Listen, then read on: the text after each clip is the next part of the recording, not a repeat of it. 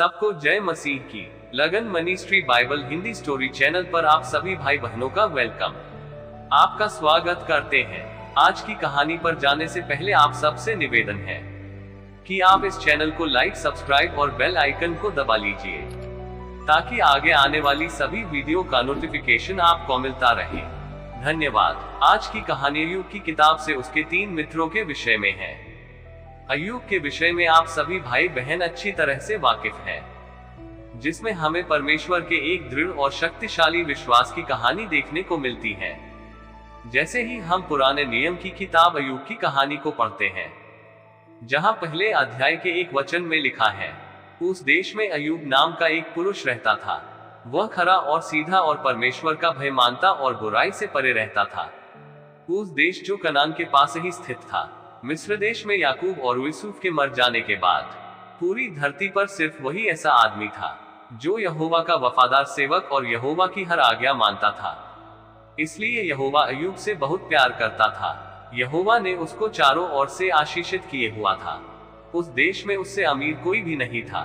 3 वचन में लिखा है, उसके 7,000 भेड़ बकरियां, 3,000 ऊंट, 500 जोड़ी बैल और 500 गधियां और बहुत ही दास दासियां थी। वरन उसके इतनी संपत्ति थी कि पूर्वियों में वह सबसे बड़ा था और इन सब के साथ वह परिवार की तरफ से भी आशीषित था।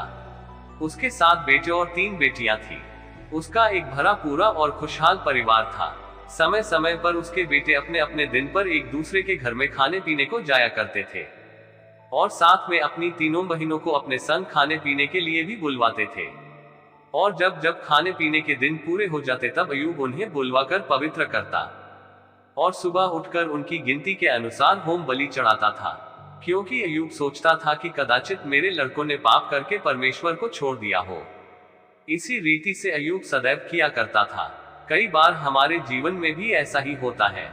जब हम परमेश्वर की आज्ञाओं व वचनों पर चलते हैं तो परमेश्वर हमें चारों तरफ से आशीषित रखते हैं, लेकिन अचानक से ही कुछ ऐसी घटना घट जाती है कि हम अर्श से फर्श पर आ जाते हैं।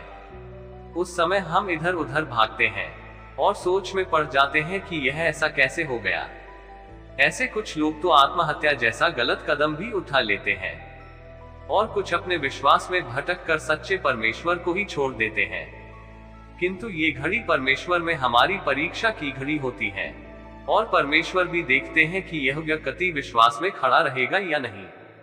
ऐसी दुख की घड़ी जब हमारे ऊपर आ जाती है, तब उस दुख के समय हमारे रिश्तेदार, हमारे प्यारे मित्र भी हमारे साथ खड़े होते हैं। तो क्या अय्यूब के जीवन में भी ऐसी कोई दुख की घड़ी आ जाती है? हाँ, वचन कहता है कि वह अर्श से फर्श पर आ गया, उसका सब कुछ नष्ट हो गया, क्योंकि स्वर्ग में एक लड़ाई चल रही थी। वो लड़ाई शैतान और सच्चे परमेश्वर के बीच में थी। अय्यूब इस बात से बिल्कुल अनजान था। इस कहानी के द्वारा हम अय्यूब से बहुत कुछ सीख सकते हैं कि जब हम पर ऐसी कोई संकट की घड़ी आ जाती है तो हम भी विश्वास में अड़े और खड़े रह सकते हैं। उस स्वर्गीय लड़ाई के अंदर अय्यूब का सब कुछ नष्ट हो गया। उसके 7 बेटे, 3 बेटियां और उसका सारा व्यापार नष्ट हो गया। इतना सब कुछ होने के बाद क्या अय्यूब ने अपना विश्वास परमेश्वर से हटा लिया? क्या वह इधर उधर भागा या उसने कोई आत्महत्या की? नहीं, उसने तो सिर्फ अपना दुख परमेश्वर को जाहिर किया। अय्यूब ने अपना बागा फाड़ा और सिर मुंडलाकर भूमि पर गिरा और दंडवत करके कहा, मैं अपनी माँ के पेट से नंगा निकला और वही नंगा लौट जाऊंगा। यहोवा ने दिया और यहोवा ने ही ले लिया। यहोवा का नाम धन्य है। इन सब बातों में भी अय्यूब ने न तो पाप किया और न परमेश्वर पर मूर्खता से दोष लगाया। आमीन। इस कहानी में ये यहाँ तक अय्यूब के ऊपर पहली दुख और संकट की घड़ी थी, लेकिन जैसे ही हम अगले वचन को पढ़ते हैं तो उसके ऊपर दूसरी दुख संकट की घड़ी आ जाती है, जो शारीरिक बीमारी के तौर पर थी। पहली स्वर्गीय लड़ाई में तो अय्यूब जीत चुका था, लेकिन जैसे ही दूसरी स्वर्गीय लड़ाई अय्यूब के ऊपर उसकी बीमारी के तौर पर आई, जहां वचन उस बीमारी के विषय में बताता है कि अय्यूब पांवों के तलवे से लेकर सिर की चोटी तक बड़े बड़े दुखदाई फोड़ों से पीड़ित हो गया और अय्यूब खुजलाने के लिए एक ठीकरा लेकर राख पर बैठ गया। उसकी स्थिति अब बद से बदतर हो चुकी थी। ना तो वह मरने का था और ना वह जीने का था। ये दुखदाई फोड़े उसके पांव के तलवे से लेकर उसके सिर के ऊपर तक शरीर में फैल गए थे। अय्यूब कूड़े की ढेरी के पास बैठ गया। उसके पास एक ठीकरा था जिससे वह अपने फोड़ों को खुजलाया करता था। तब अय्यूब की पत्नी ने उससे कहा, क्या तेरा विश्वास अब भी परमेश्वर में है? तू परमेश्वर को कोसकर मर क्यों नहीं जाता? अय्यूब ने उत्तर देते हुए अपनी पत्नी से कहा, तू तो एक मूर्ख स्त्री की तरह बातें करती है। देख, परमेश्वर जब हमें सुख देता है और हम उन्हें स्वीकार भी करते हैं, सो हमें दुख को भी अपनाना चाहिए और उससे कभी शिकायत नहीं करनी चाहिए। इस दुख में भी अय्यूब ने अपने मुंह से कोई भी पाप नहीं किया और अय्यूब ने परमेश्वर के विरोध में कुछ भी नहीं बोला। हालेलुया! क्या ये दूसरी स्वर्गीय लड़ाई यहीं पर खत्म हो जाती है?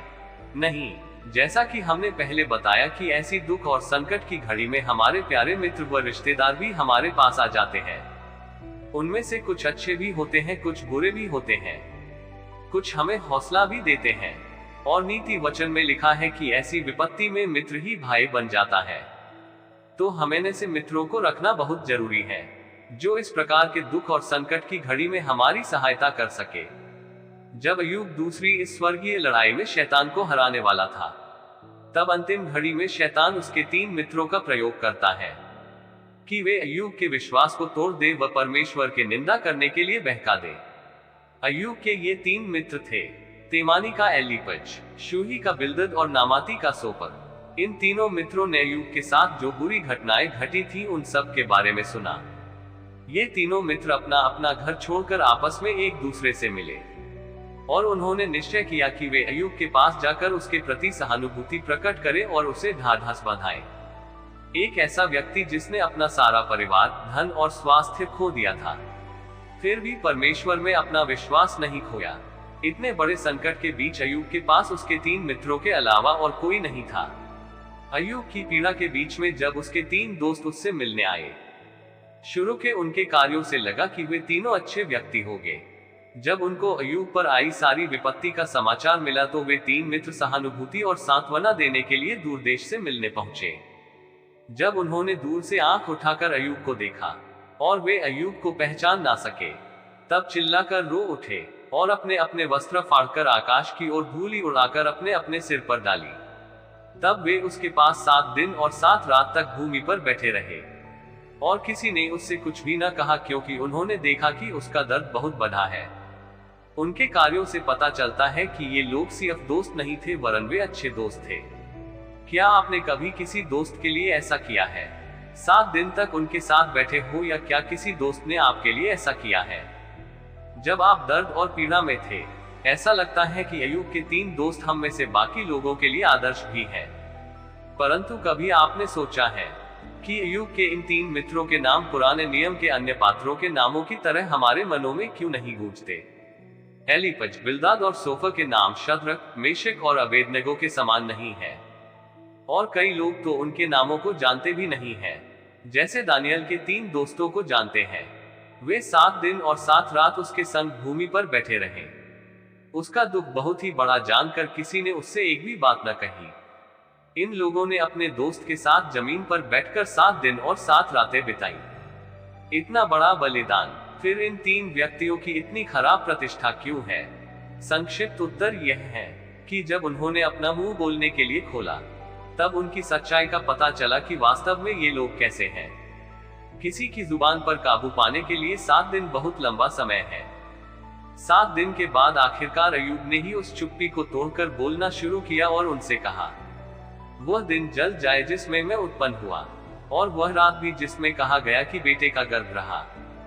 वह दिन अंधियारा हो जाए, ऊपर से यहोवा उसकी सुधि न ले और न उसमें प्रकाश होए। मुझे न तो चैन, न शांति, न विश्राम मिलता है, परंतु दुख ही आता है। इस प्रकार से अय्यूब ने स्वयं पर ही दोष लगाया, न कि परमेश्वर को दोषी ठहराया। ऐसा सुनकर उन तीनों मित्रों में से तेमानी एलीपज बोलता है, शायद वो उम्र में ज्यादा बड़ा होगा, और वहां एक जबरदस्त बहस शुरू हो जाती है। ऐसा लगता है कि अय्यूब के दोस्तों को लगा कि उनके पास सभी उत्तर हैं। अपने सीमित ज्ञान में उसके मित्र आश्वस्त थे कि यदि अय्यूब ने कुछ नहीं किया होता तो वह इतनी भयानक दुर्दशा में नहीं होता। उसके जीवन में कुछ छुपे हुए पाप हैं। अपने सीमित ज्ञान से उसके दोस्तों को यकीन था कि अगर अय्यूब ने कुछ नहीं किया होता तो उसे इतनी भयानक दुर्दशा का सामना नहीं करना पड़ता। उन्होंने कहा, निर्दोषों को कष्ट नहीं होता, उन्होंने कहा परमेश्वर अच्छे का फल देते हैं। उन्होंने कहा यदि अय्यूब पूरी तरह से निर्दोष होकर अपना पाप स्वीकार कर लेगा तो उसे बहाल कर दिया जाएगा। लेकिन भले ही उनके दिल सही जगह पर थे, फिर भी उनके शब्द न केवल गलत थे बल्कि वे आहत करने वाले और हतोत्साहित करने वाले भी थे। अय्यूब के मित्र अय्यूब की तरह पीड़ित नहीं थे, वे अपने शब्दों में आत्मधर्मी बन गए। ये मित्र उसे बताते हैं कि सभी प्रतिफल और दंड परमेश्वर की ओर से आते हैं, जिससे ये निष्कर्ष निकलता है कि अय्यूब ने पाप किया होगा। वे वफादार तो थे और अय्यूब की परीक्षा में अय्यूब के साथ खड़े थे, परंतु वे अय्यूब का न्याय करने में तत्पर थे। उनका मानना था कि परमेश्वर उन्हें किसी पाप का दंड दे रहा है और अय्यूब को अपना अपराध स्वीकार करना चाहिए। अय्यूब के 3 दोस्तों का मानना था कि वे परमेश्वर के सामने धर्मी और निर्दोष हैं, और उन्होंने अय्यूब का कठोरता से न्याय करने के लिए इस विश्वास का उपयोग किया। उन्होंने एक निर्दोष व्यक्ति पर झूठा आरोप लगाया। एलीपज के तीसरे और अंतिम भाषण में उसने अय्यूब पर दुष्टता का आरोप लगा दिया। जब हम ऐसा कुछ करने की कोशिश करते हैं तो परमेश्वर का दंड हम पर आ पड़ता है। और ऐसा हुआ कि जब यहोवा ये बातें अय्यूब से कह चुका, तब यहोवा ने एलीपज से कहा, मेरा क्रोध तेरे और तेरे दोनों मित्रों पर भड़का है, क्योंकि जैसी ठीक बात मेरे दास अय्यूब ने मेरे विषय कही है, वैसी तुम लोगों ने नहीं कही। और जब यहोवा क्रोधित होते हैं तो उसका परिणाम हमेशा ही भयंकर होता है। परंतु अय्यूब तो अंत तक अपने विश्वास में बना रहा, और अय्यूब ने परमेश्वर से कहा, मुझे अपने ऊपर घृणा आती है और मैं धूली और राख में पश्चाताप करता हूँ। और आखिर में अय्यूब अपने तीनों मित्रों के लिए परमेश्वर से प्रार्थना करता है, और तब परमेश्वर अय्यूब का सारा दुख दूर करता है। अय्यूब दूसरी स्वर्गीय लड़ाई में भी जीत जाता है, और शैतान हमेशा की तरह परमेश्वर के पांवों के नीचे ही रहता है। और परमेश्वर जितना अय्यूब का पहले था, उसका दुगना अय्यूब को आशीषित करता है। आमीन, हालेलुया। प्रभु यीशु इस कहानी के द्वारा आपको आशीषित करे। सबको जय मसीह की।